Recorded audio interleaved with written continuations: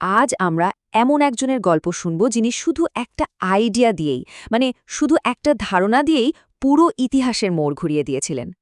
এই যে মানুষটিকে দেখছেন, ইনি হলেন মোহনদাস করমচাঁদ গান্ধী। লন্ডনে আইন পড়েছেন, স্যুটবুট পরা একজন তরুণ ব্যারিস্টার, চোখে অনেক স্বপ্ন। আর এই মানুষটি, ইনি সেই ব্যক্তি যাকে গোটা বিশ্ব পরে চিনেছে মহাত্মা বা মহান আত্মা হিসেবে।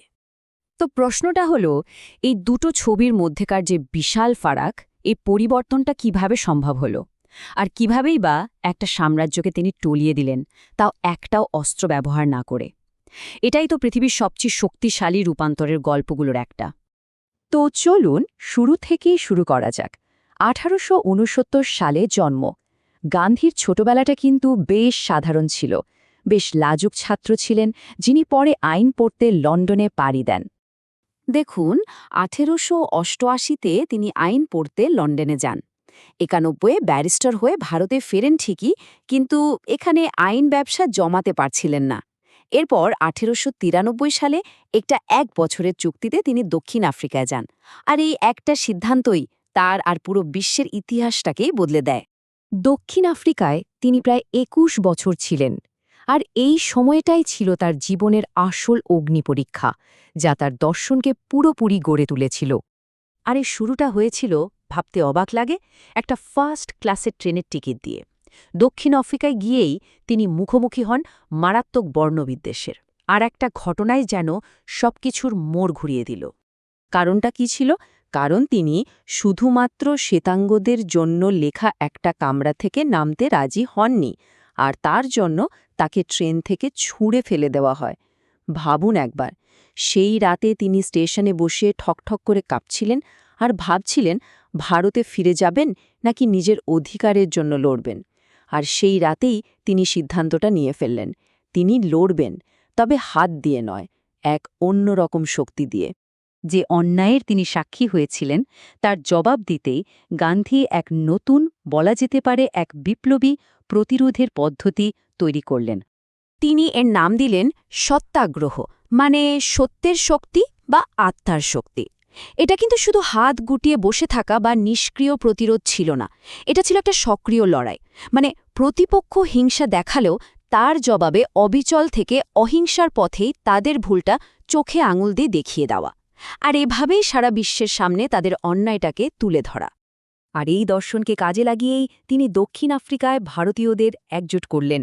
বৈষম্যমূলক আইন আর করের বিরুদ্ধে একের পর এক প্রতিবাদ, ধর্মঘট, মিছিল সংগঠিত করলেন। এর জন্য তাকে বারবার জেলেও যেতে হয়েছে। কিন্তু শেষ পর্যন্ত এই আন্দোলনই প্রমাণ করে দিল যে অহিংসা শুধু একটা ভাবনা নয়, এটা রাজনৈতিক পরিবর্তন আনার এক মারাত্মক শক্তিশালী অস্ত্র। এতটাই যে 1914 সালের মধ্যে সরকার তাদের দাবি মানতে বাধ্য হয়েছিল। তো 1915 সালে গান্ধী যখন ভারতে ফিরলেন, তিনি তখন একজন নায়ক। আর এবার তিনি তৈরি ছিলেন তার এই দর্শনকে আরও অনেক বড় একটা মঞ্চে প্রয়োগ করার জন্য। ভারতে তার প্রথম বড় জয়গুলো আসে বিহারের চম্পারণ আর গুজরাটের খেদা থেকে।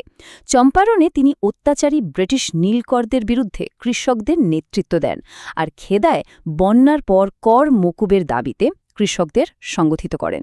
এই দুটো আন্দোলনই প্রমাণ করে দিয়েছিল যে সত্যাগ্রহের মাধ্যমে লক্ষ লক্ষ মানুষকে একজোট করা সম্ভব। আর এই চম্পারণ আন্দোলনই তাকে সারা দেশের নেতার আসনে বসিয়ে দেয়, আর তিনি হয়ে ওঠেন সবার বাপু বা পিতা। এরপর তিনি ভারতীয় জাতীয় কংগ্রেসের নেতৃত্ব নিলেন, আর এমন সব দেশজোড়া আন্দোলন শুরু করলেন যা ব্রিটিশ সাম্রাজ্যের ভিতটাকেই নাড়িয়ে দিয়েছিল। চলুন দেখি কিভাবে এটা সম্ভব হলো। 1920 সালের অসহযোগ আন্দোলন, এর কৌশলটা ছিল খুবই সহজ কিন্তু মারাত্মক কার্যকরী। ব্রিটিশ পণ্য বয়কট করো, ব্রিটিশ আদালত, স্কুল বয়কট করো, এমনকি সরকারি চাকরি থেকেও ইস্তফা দাও। এর মূল উদ্দেশ্য ছিল শান্তিপূর্ণভাবে সব রকম সহযোগিতা তুলে নিয়ে ব্রিটিশ শাসন ব্যবস্থাকেই অচল করে দেওয়া। এরপর 1930 সাল, লবণের ওপর ব্রিটিশদের অন্যায্য কর আর একচেটিয়া অধিকারের প্রতিবাদে তিনি শুরু করলেন তার বিখ্যাত লবণ পদযাত্রা বা ডান্ডি মার্চ। ভাবা যায়, তিনি সমুদ্রের ধার পর্যন্ত 241 মাইল পথ হেঁটে গিয়েছিলেন শুধু এক মুঠো লবণ তৈরি করার জন্য। এই একটা কাজ সারা বিশ্বের নজর কেড়ে নিয়েছিল।